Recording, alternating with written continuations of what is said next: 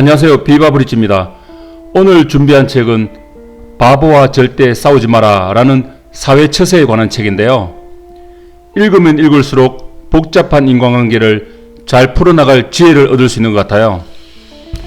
그래서 이 책을 통해 여러분들도 많은 도움을 얻어가셨으면 좋겠습니다. 이 책은 총 6장으로 구성되어 있으며 어떻게 하면 인생을 보다 더 현명하게 살아갈 수 있는가에 대한 방법을 저자 타무라 코타로의 실제 경험을 곁들여 쓴 책입니다. 이해를 돕기 위해 번역은 가급적 의역을 하였으며 각 2장씩 총 3회로 나누어서 소리방송으로 만들어 들려드리도록 하겠습니다. 아울러 제목에 나오는 아호라는 단어를 제가 우리나라 말로 바보라는 평범한 단어로 표현했지만 책의 문맥상 보다 강한 어조의 단어로 이해하고 들으셔도 무방합니다. 마지막으로 부족한 점, 공유하고 싶으신 글 등 댓글로 남겨주시면 감사하겠습니다. 자, 그럼 책을 들어보겠습니다. 프롤로그. 이것은 한정된 자원을 함부로 쓰지 마라는 거다. 시간과 정력 그리고 타이밍은 한 번밖에 없는 인생을 스스로가 원하는 대로 멋지게 살기 위한 한정된 재산과도 같다. 우리는 이것들을 정말 소중히 사용해야 한다. 흔히 순진한 사람들은 바보 같은 놈들과 아무 실리도 없이 싸우곤 한다. 이제부턴 그런 행동을 제발 그만두기 바란다. 저자는 개인적으로 세계 최고의 비전의 책이라고 생각하는 손자병법이 2500년의 세월을 넘어 현대판이 된 것이 바로 이 책이라고 자부하고 있다. 백전백승은 선이 아니다. 싸우지 않고 적을 굴복시키는 것이 최고의 전투법이다. 저자는 더 나아가 적과 싸우지 않고 굴복시키는 것뿐만 아니라 그 힘을 자기의 목적을 달성시키는데 이용해야 한다고 설명하고 있다. 손자병법이 세계 최고의 경영자들에게 많이 읽히는 것은 한정된 자원을 헛되게 사용하지 말라는 메시지가 경영 전략 바로 그 자체이기 때문이다. 저자는 바보를 이렇게 정의한다. 바보란 당신의 모든 것을 무조건 방해하는 사람이다.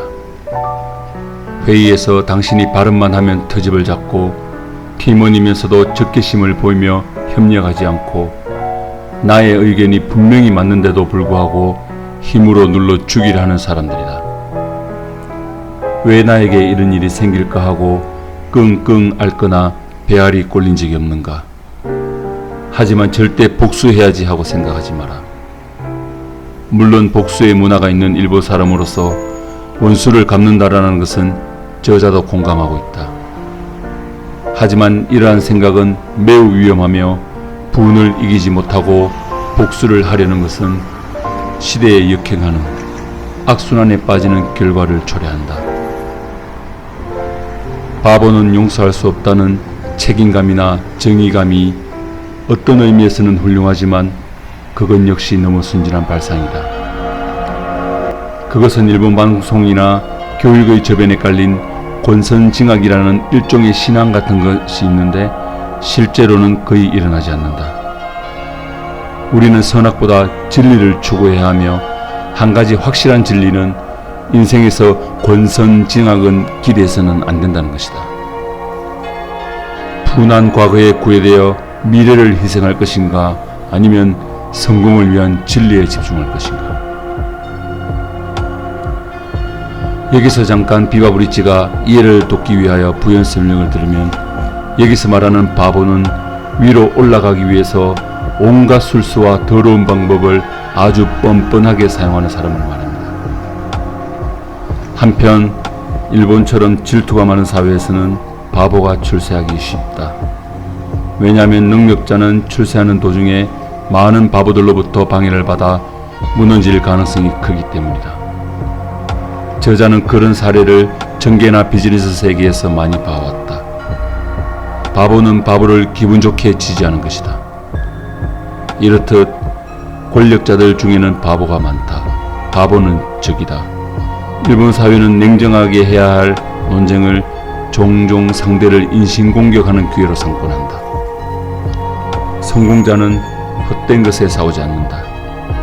싸워야 할 상대와 싸워야 할 때를 고른다. 바보와 싸우는 것이 헛됨을 잘 알고 있기 때문에 성공하는 것이다. 싸워야 할 상대는 인간관계에서 끙끙 앓는 자신이나 화를 내는 자신이라고 생각해라. 그리고 신경을 소모하지 않기 위한 첫 번째는 스스로에게 더욱 관심을 가지는 것이다.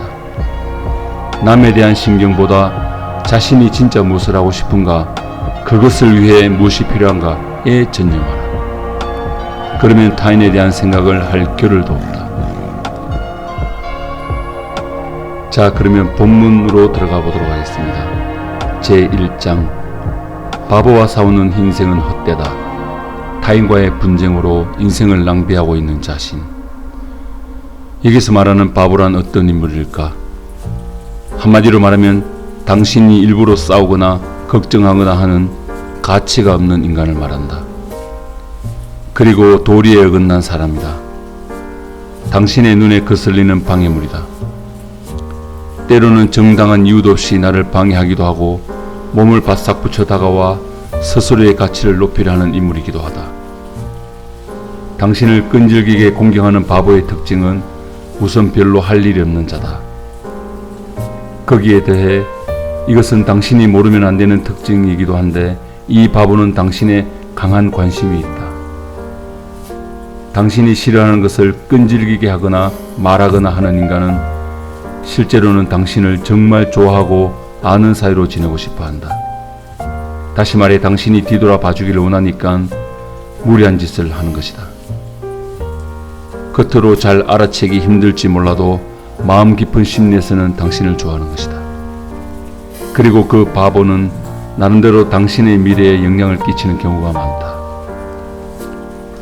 이런 인물에게는 이미 내가 싫어하는 오로라를 보냈을 가능성이 높다. 상대방은 당신에게 관심이 있고 잠재의식으로 좋아할지 모르는데 당신이 싫어하는 오로라를 보냈으면 상대방의 사랑은 미움으로 바뀐다. 그래서 이미 결전이 시작되어 버린다. 내 주위에도 그런 인간이 있었다.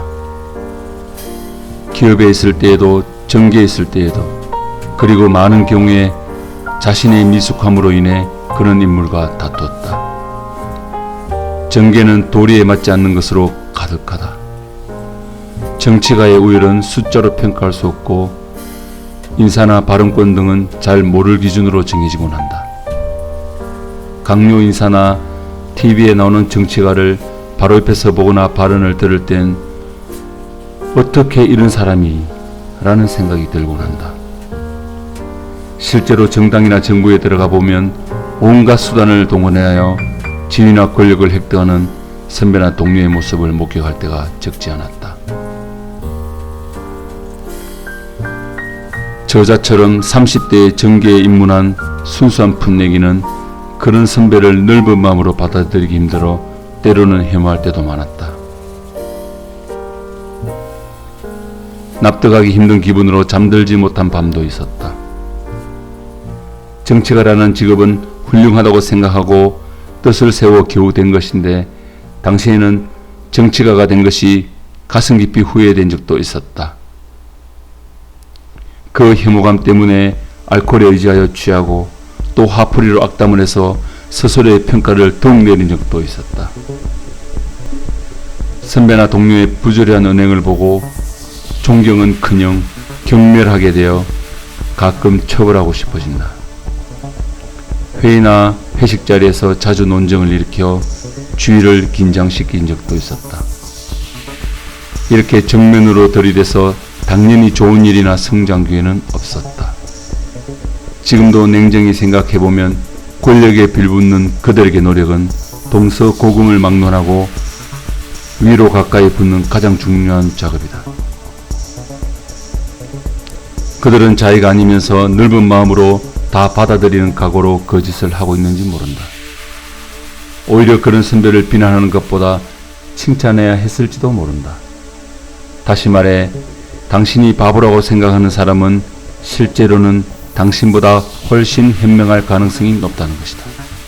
다만 가끔 진짜 바보도 있다는 건 염두에 두자. 권력에 빌붙는 행위에 혐오감을 느껴 그런 사람들과 싸우려고 한 자신이 부끄럽고 한심하다. 다행히 선배가 널 지켜줘서 무사히 지냈다. 그것 이상으로 다행스러운 것은 그런 전개에서 긴 이력을 가진 선배들로부터 바보와 싸우는 헛됨을 배웠다. 그 결과 원래는 자기 성장을 위해 써야 할 에너지와 시간을 상당 부분 낭비해버린 것을 알게 됐다. 헛된 싸움을 거는 사람들의 특징. 바보와 싸울 가능성이 있는 인물들의 특징은 다음과 같다. 1. 정의가 강하다. 2. 자신감이 강하다. 3. 책임감이 강하다. 4. 프라이드가 높다. 5. 오지랖이 넓다. 1. 정의감이 강하다. 정의감이 강한 사람은 어떤 사람일까? 어떤 판단을 할 때 선악을 기준으로 삼는 사람이다. 정의감을 갖는 근거는 마지막에는 정의가 이긴다고 생각하기 때문이다. 햇님이 지켜보고 있다. 어딘가에서 슈퍼맨이나 아이언맨이 날아와 날 도와준다. 자신은 영웅이다. 학생 때는 이런 생각들이 통할지 모르나 사회생활에서는 생각을 바꿔야 한다. 영웅이나 정의로운 사자가 나타나는 사례는 어디에도 없기 때문이다. 미국에서는 유능한 변호사를 고용할 돈이 있으면 어떤 범죄라도 유리하게 판결을 가져갈 수 있다고 한다. 즉 돈으로 정의를 살 수 있다는 것이다. 인도나 인도네시아, 러시아에 가면 지금도 교통위반이나 비자 취득에 뒷돈을 요구당한다. 물론 악을 장려하는 것도 아니고 정의가 항상 이긴다는 것도 생각하지 않는다. 영웅이 픽션물에서 인기가 많은 이유는 현실 세계에서는 그런 속 시원한 장면이 없기 때문이다. 한편 정의를 수치화해서 공평하게 판단하는 것도 불가능하다. 인생은 부조리하다라고 생각하는 편이 오히려 좋다. 도리에 맞다는 것은 인간이 마음대로 생각한 환상이라고 할 수 있다. 이제까지 당신이 생각하는 대로 세상이 도리에 맞게 변해왔는가? 아니다. 정의와 더불어 죽을 각오라면 몰라도 그렇지 않다면 선악을 최우선시하거나 정의를 무턱대고 요구해서는 안 된다. 정의감 때문에 다른 사람과 싸우는 것은 당치도 않다. 왜냐하면 상대가 논리적으로 이길 경우도 꽤 많기 때문이다. 2. 자신감이 넘친다. 여러 의미에서의 자신감이다. 자기가 맞다고 하는 자신감, 상대를 논리적으로 이길 수 있다는 자신감, 권력 싸움에서 이길 자신감, 성과로 이길 자신감 등등 여러 가지가 있다. 자신감은 반드시 가져야 한다고 생각하지만 상대를 논리 싸움에서 이기려 할 때만큼 상대방 입장에서 굴욕적인 것이 없다. 예를 들어 금융권 직원들은 학생 때부터 엘리트 코스를 밟아온 경우가 많아 정치가나 관료들을 바보 취급하는 경우가 많다. 관료는 좀 덜하지만 정치가는 경제나 금융을 전혀 몰라 라는 식으로 정부 여당의 법안이나 정책을 가르치려 하는 경우가 많다. 바보 취급해서 후련해지고 싶은 건가? 가르쳐 줄 테니 말 잘 들어 라는 식으로 부하 취급하고 싶은 걸까? 그러면 듣는 사람 입장에서는 이놈들 조만간 혼 좀 내줘야 되겠네 라는 표정을 짓게 된다. 자기가 머리가 더 좋다, 지식이 있다 라고 생각하는 인간의 행위는 분명 역효과를 내는 경우가 많다. 머리가 좋을지는 모르지만 어리석은 것이다. 자신감이 넘치는 사람은 점점 자세가 흐트러진다. 성공한 경험이 다음 준비를 태만하게 만든다. 자신감 때문에 미래의 계획이 허술해지기 쉽다. 상대를 불쾌하게 하거나 상대의 계획을 얕잡아 보고 자신의 능력을 너무 과신해버리는 악순환이 이어진다. 자신이 있을 때야말로 자신감이 있는 사람이야말로 겸허하게 위기감을 가지고 행동해야 하는 것은 망고의 진리다.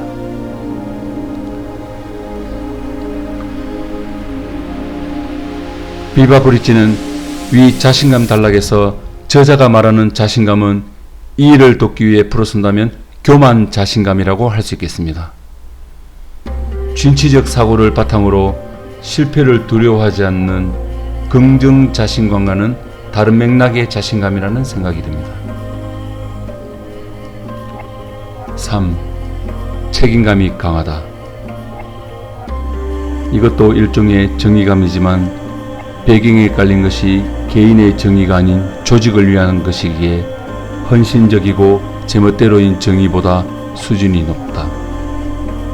인사나 업적, 전략의 책임감을 느끼기 때문에 다른 사람과 싸우는 것이다.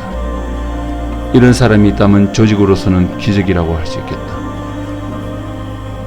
조직을 위해 앞장서서 바보와 싸워주는 사람은 잘 없기 때문이다. 하지만 대처법에 문제가 있다. 어떠한 이유가 있든 바보라 생각되는 사람과 싸워서는 안 된다. 그것이 자신의 신념에서든 조직을 위해서는 그렇다. 조직을 생각도 하지 않는 바보와 싸우는 것은 어리석은 행위다. 책임감이나 조직을 위하는 마음에서 싸우는 거라면 오히려 상대를 기분 좋게 만들어 조직을 위해 상대의 힘을 이용해야 한다.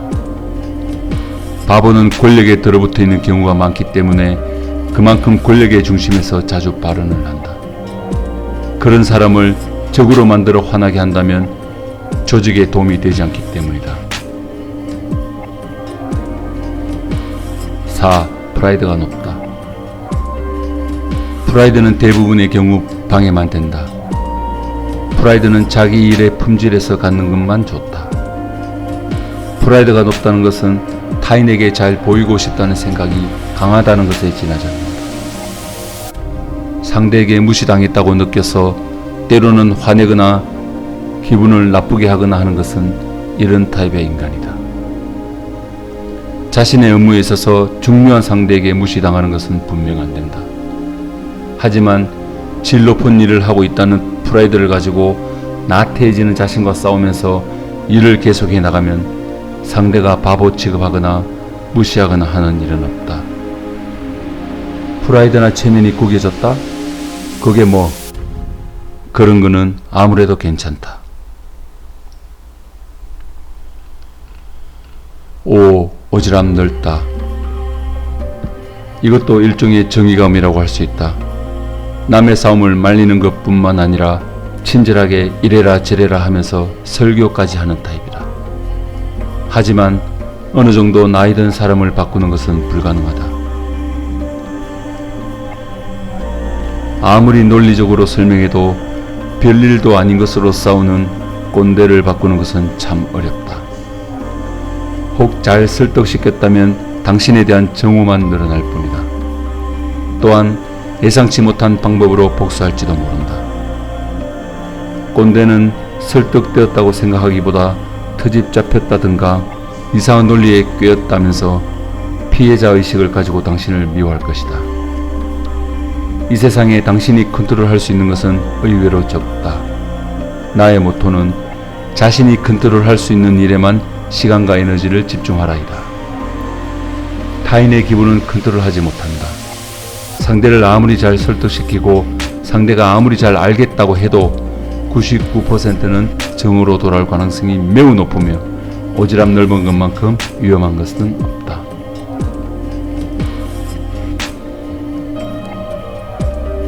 반드시 안 되는 인간의 특징, 프라이드를 버리는 법. 저 사람은 안 될 거야 라는 말을 듣는 사람들의 공통점이 있다. 우선 성공하는 사람들의 공통된 특징은 항상 자기를 잃지 않는다는 것이다. 반대로 실패자들의 공통점은 스스로를 잃어버린다는 것이다. 그래서 이 자아를 잃게 하는 것이 바로 프라이드인 것이다. 왠지 텐션이 높고 막연한 프라이드를 가진 사람은 자기 자신을 볼 수 없다. 프라이드를 가진 사람은 보통 어디에선가 성공 체험을 한 경우가 많다. 성공 체험을 해봤기 때문에 프라이드를 가지게 된다. 그 프라이드는 있는 그대로의 자신을 볼 수 없게 만든다. 성공하면 여러 사람들이 치켜 세우러 다가온다. 살면서 잠깐의 성공은 앞으로 계속될지 어떨지 모른다. 좋은 학교나 조직에 들어가서 좋은 성적으로 상을 받고 자격증을 따는 것은 그것대로 훌륭한 일이지만 과정과 목표를 착각해서는 안 된다. 통과점을 지날 때 긍정의 자신감을 가지거나 잠깐 쉬는 것은 좋으나 절대 우쭐해지면 안 된다. 항상 이건 통과점일 뿐이야, 목표는 이 정도가 아니야 라고 생각하자. 있는 그대로의 자신을 냉정하게 봐라. 딱 한 번밖에 없는 기적과도 같은 인생을 잘 살기 위해서는 백해무익한 프라이드를 없애는 것이다.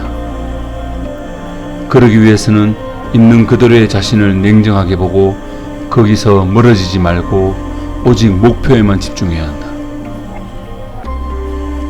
타나카 마사히로 투수가 뉴욕 양키즈로 이적해서 첫 등판, 첫 승리를 거뒀을 때 감독을 비롯한 모든 선수들이 칭찬을 했다. 그 이유는 야구를 잘해서가 아니라 핀치에 몰릴 때나 혹은 상대가 잘한다 하며 칭찬할 때에도 결코 자기를 잃지 않는 성숙도였다고 한다. 칭찬은 감사히 받아서 더 큰 능력으로 만들면 되겠지만 칭찬에 너무 좋아하거나 불필요한 프라이드를 가지면 안 된다. 다시 문제 삼아 상처를 키우지 마라. 성크 코스트로 딱 잘라 결론 내라. 매몰 비용이란 간단히 말하면 엎지른 물을 그릇에 대담지 못한다 라는 거다. 일본 조직은 이 단어를 잘 이해하지 못한다. 이미 투자한 비용이 불필요한 것이 되었을 때 일단 더 이상의 출혈을 막아야 하는데 그것을 아깝게 생각하여 추가 투자를 해버리는 것이다. 나도 어릴 때 부당하게 죽은 부모의 원수를 갚기 위해 살아온 아이들이라는 시대극을 감동적으로 본 기억이 있지만 그것은 그것대로 아름다운 이야기거리일 뿐이다. 부모가 부당하게 죽었다고 아이의 소중한 인생이 복수를 위해 무의미하게 쓰인다면 그것은 몇 배의 고통으로 돌아올 가능성이 있다. 매일 사사로운 분쟁이 있을 때는 그저 신경 쓰지 않는 것이 제일 좋다. 타임 코스트를 생각하자.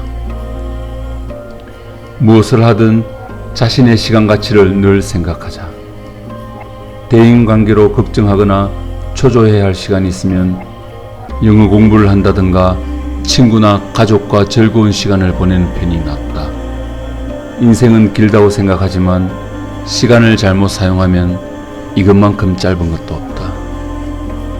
다른 사람과의 일에 고집하는 사람은 타임 코스트를 생각하지 않는다. 스스로의 시간 가치를 모르는 것이다. 화내는 것에 집착하거나 남의 일에 참견하는 것은 자신의 시간 가치를 모르기 때문에 하는 것이다. 인간에게 가장 평등하게 배분되고 가장 소중한 자원이 시간이다. 시간이야말로 가치를 생산한다.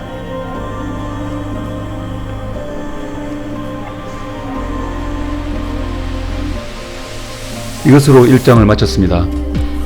지금 가장 먼저 비바 브릿지의 뇌를 스치는 말이 하늘은 스스로 돕는 자를 돕는다는 말입니다. 일단은 오직 자기 자신만을 위해서 집중하고 투자를 하고 교만보다는 겸손으로 자아를 잃지 않는 훈련을 해 나가다 보면 어느샌가 굳건히 서 있는 자신을 발견하게 될 것으로 굳게 믿습니다. 제2장 겁쟁이를 위한 전략적 커뮤니케이션. 겁 많은 귀뚜라미가 강한 이유. 손자병법은 쓸데없는 싸움을 피하는 비법의 집대성이다. 적에 10배의 병력이 있으면 포위해야 하고 적에 5배가 있을 때는 적을 공격하라. 이길 수 없는 싸움에는 임하지 말고 압도적으로 이길 수 있는 태세를 갖추고 나서 가능하면 싸우지 않고 이기는 것이 좋다. 이것은 동물의 세계에서 흔히 볼 수 있다.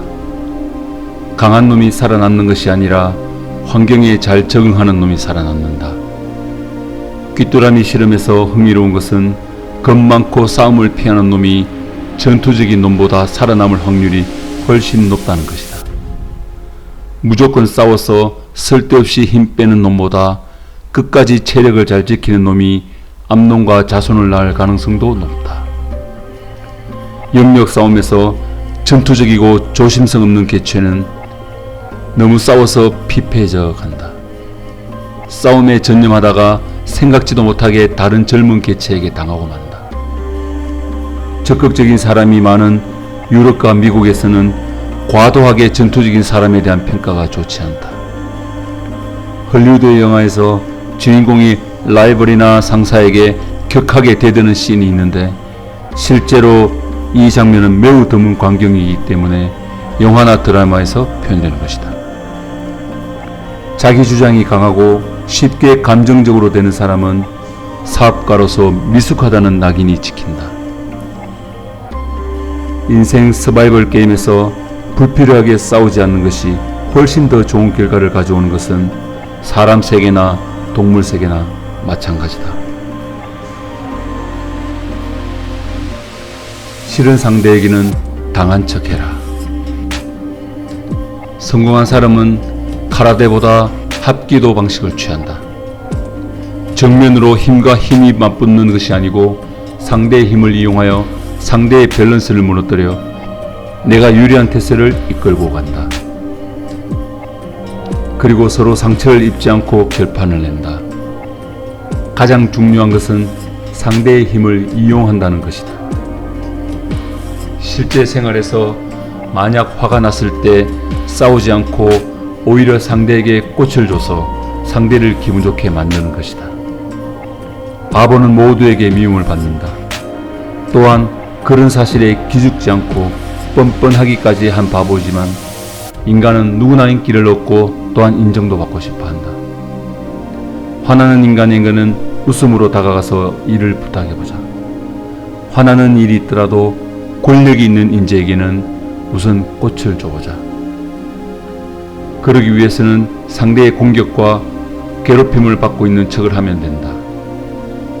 반격할 생각은 절대 보이지 말고 이기지 못해 분하지만 당했다, 졌다 라는 자세를 일부러 보이는 거다. 라이벌에게 복수하는 것은 상대의 힘을 이용하여 내가 이익이 될 때 하는 것이 건설적이다. 쓸데없이 싸워서 적을 더욱 강하게 만들어 나중에 위험에 처하는 것보다 적을 나의 편으로 만들어 이용하는 쪽이 더 생산적이다. 그리고 상대를 최고의 내 편으로 만들므로써 불안이 없어지고 미래도 밝아진다. 정말로 하고 싶은 일에 초점을 둔다면 바보에게도 머리를 숙일 수 있다. 나도 예전에 도저히 용서하지 못할 인간에게 머리를 숙이지 않으면 일이 되지 않는 적이 있었다. 젊은 혈기의 소치로 몇 번인가 충돌하고 욱해서 공갈까지 쳐본 적이 있다. 물론 그 결과는 최악이었다. 내가 하고 싶은 것은 다 좌절되었다. 얻은 것은 한순간에 속 시원한 느낌뿐이었다. 그런 것은 긴 안목에서 보면 아무것도 아니다. 그리고 바보에게 바보짓한 허무함과 분함이 남았다. 지금 생각하면 이것은 꼭 하고 싶어요 라는 목적의식이 너무 없었다. 그 후 내가 정말 하고 싶은 것이라면 바보에게라도 머리를 얼마든지 숙일 수 있게 되었다. 그리고 바보는 금방지게 자기에게 반항했던 인간이 머리를 숙이니 기분 좋고 또한 전투에서 이긴 듯 자랑스럽게 떠들어댄다. 그러면 된다. 그러면 바보도 인간이기에 방어가 약해지고 정에 얽매여진다. 머리를 숙일 때 마음을 다해서 해야 한다. 어차피 할 거면 철저하게 잘해라. 그리고 바보가 없는 곳에서 큰 소리를 질러 스트레스를 풀면 된다. 하지만 뒷담화는 절대 하지 마라. SNS나 블로그에도 절대 쓰지 마라. 왜냐하면 무조건 소문이 나고 나의 본심이 들키기 때문이다. 체면보다 실리. 사람들끼리 싸우는 많은 이유 중에 체면이 구겨졌다는 것이 있다. 하지만 우리들의 일상생활에서 개인의 체면 정도는 그냥 받아 넘기는 대범함이 필요하다. 체면이 구겨졌다는 사실에 대해 자신이 생각하는 만큼 주인은 그다지 신경 쓰지 않는다. 체면이 구겨졌다는 것 때문에 감정적으로 변해서 화를 내거나 싸운다면 무엇이 좋아지겠는가? 싸우게 되면 상대를 불쾌하게 만들어 체면 이상의 것으로 당할 가능성이 있다. 오히려 나의 체면을 구긴 상대를 이용할 가능성은 없는지 잘 생각하다 보면 화내거나 안절부절 못했던 것이 쓸데없이 느껴질 것이다. 비바브리치는 이 체면과 실리의 단원을 읽으면서 전형적인 일본 사람들의 특징을 봤습니다. 간혹 체면을 우선시하는 사람도 있긴 하지만 일본 사회생활에서는 일부러 진 척, 당한 척, 망한 척 하며 상대로 하여금 우쭐하게 만들고 교만하게 만든 후 마지막엔 자기에게 유리하게 이용하는 것이 참 많은 것 같습니다. 우리가 흔히들 일본 사람들은 착하고 겸손하고 예의 바르다라고 하는데 맞는 면이 있는가 하면 그 사람의 속을 들여다보고 왜 예의 바르고 착한가를 한 번쯤은 생각해 볼 일입니다.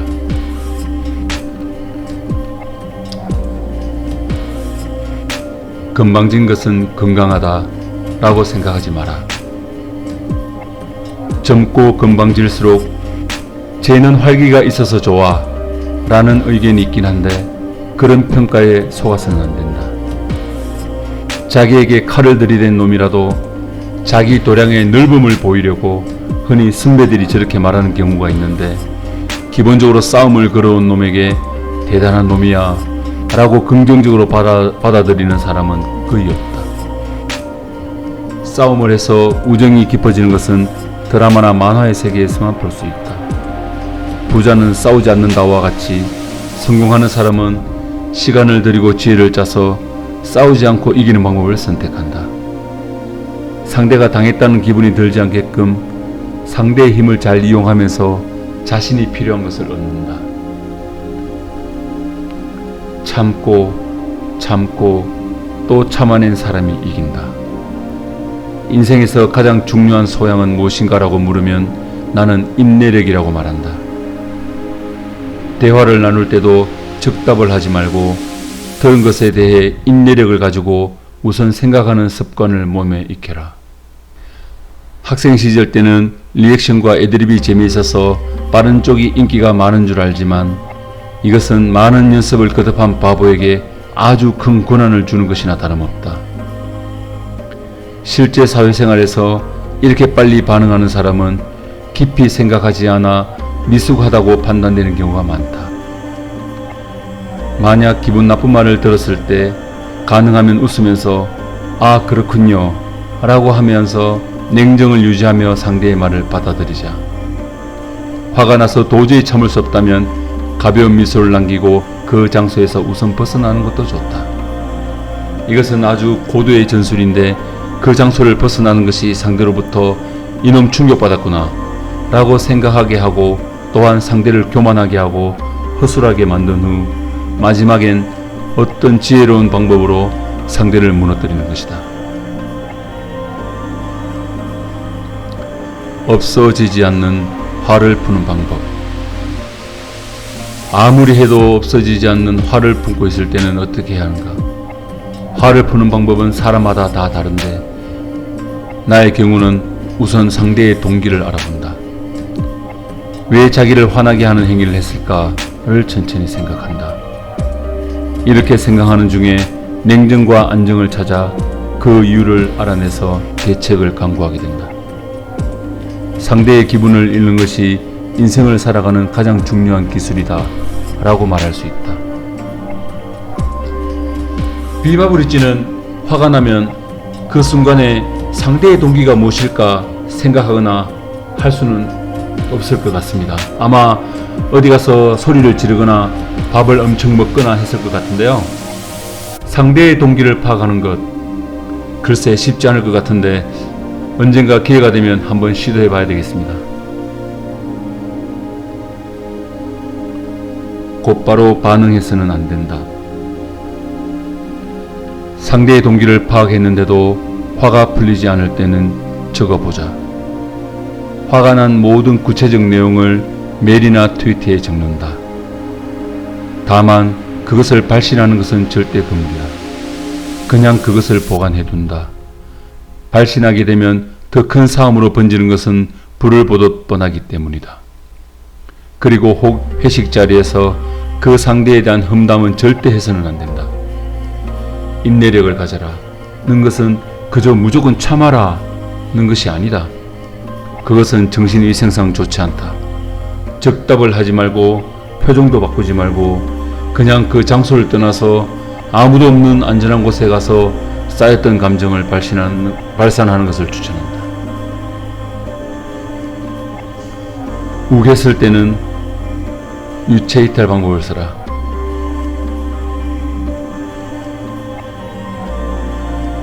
욱하면 유체이탈 방법을 써라. 여기서 유체이탈이란 순간적으로 화가 치밀어 오를 때 자기 육체에서 떨어져서 자기를 위에서 보며 스스로를 강하게 의식하는 것이다. 자기가 있고 상대가 있어 서로 충돌을 하려고 하는 구도를 영혼이 떨어져서 나온 것처럼 마치 3D로 위에서 시간을 멈추어 보는 것이다. 그때 처음으로 자아로 되돌아갈 수 있다. 이건 안 되지. 상대가 싫어할 거야. 싸우기 일보 직전이야. 라고 순식간에 상황을 파악해서 냉정을 되찾는 것이다. 화가 날 때 자신을 객관적으로 관찰하는 방법을 몸에 익히는 것은 꽤 시간이 걸리긴 하지만 한번 터득하게 되면 상당히 도움이 된다. 이 유체이탈 방법은 단지 쓸데없는 방법을 방지할 뿐만 아니라 중요한 발표나 강연을 할 때 청중의 시점에서 보고 또한 이야기를 하는데도 도움이 되어 불필요한 긴장을 없애주기도 한다. 중요한 협상의 장에서 이 유체이탈 방법을 쓰면 냉정하게 상대 입장에서 자신을 바라보며 자신을 컨트롤할 수 있다. 또한 인생을 스트레스 없이 영위하기 위한 최고의 무기이기도 하니 꼭 한번 시도해 보기를 권한다.